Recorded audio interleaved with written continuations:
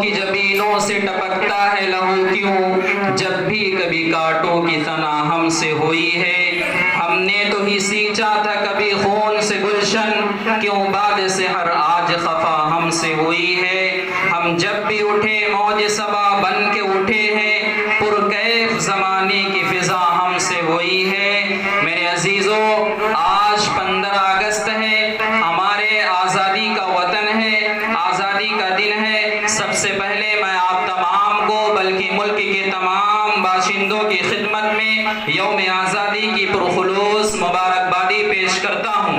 میرے عزیزو، آج ہم ایک آزاد ملک میں سانس لے رہے ہیں۔ ملک کی آزادی ہمیں اور آپ کو سونے کے تشت میں سجا کر نہیں دی گئی، بلکہ اس ملک کی آزادی حاصل کرنے کے لیے جان و مال، عزت آبرو، گھر بار کی قربانی دی گئی ہے۔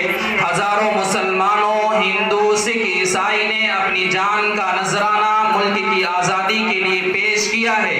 علماء کرام کی قربانی کو کسی بھی طرح سے فراموش نہیں کیا جا سکتا کہ انہوں نے سب سے پہلے اس ملک کی آزادی کے لیے آواز اٹھائی تھی، اور انہوں نے اپنے آپ کو اس ملک کی آزادی کے لیے قربانی کے مرحلوں سے گزارا، اور علماء کرام کو تختہ دار پر لٹکایا گیا۔ مالٹا کی جیل میں تنگ تاریک کوٹڑی میں بھی انہوں نے اپنے وطن سے محبت کے ترانے گائے، ظلم و ستم اور دار و رسن کے مرحلے سے یہ کہتے ہوئے کامیاب گزرے کہ سرفروشی کی تمنا اب ہمارے دل میں ہے، سرفروشی کی تمنا اب ہمارے دل میں ہے، دیکھنا ہے زور کتنا بازوئے قاتل میں ہے، وقت آنے دے بتا دیں گے تجھے اے آسماں، ہم ابھی سے کیا بتائیں کیا ہمارے دل میں ہے۔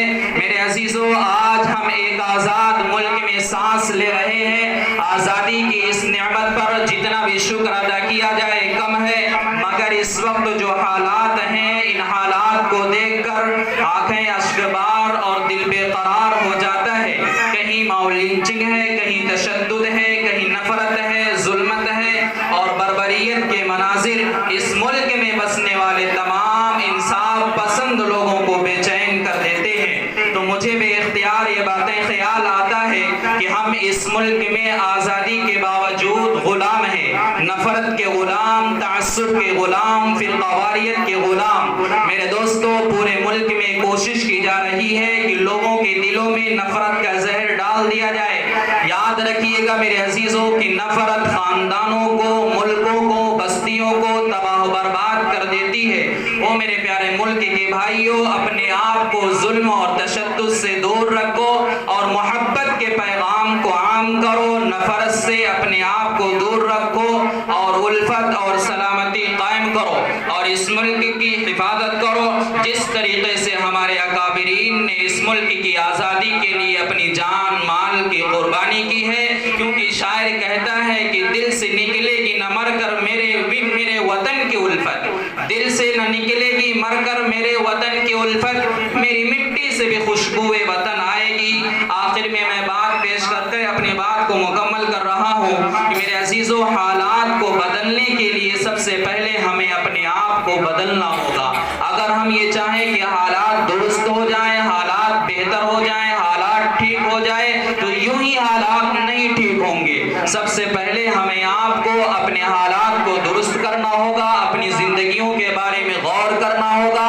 کیا ہماری زندگی اپنے اکابرین کے طریقے سے گزر رہی ہے یا نہیں؟ کیا ہماری زندگی نبی پاک علیہ السلام کے بتائے ہوئے طریقے کے مطابق گزرتی ہے یا نہیں؟ کیا ہمارے اکابرین نے جس طریقے سے اس ملک کی آزادی کے لیے اپنی جان مال عزت آبرو کی قربانی دی ہے، اگر ہم بھی ہمہ وقت تیار رہیں گے تبھی جا کے ہماری زندگی درست ہوگی اور حالات بہتر ہوں گے۔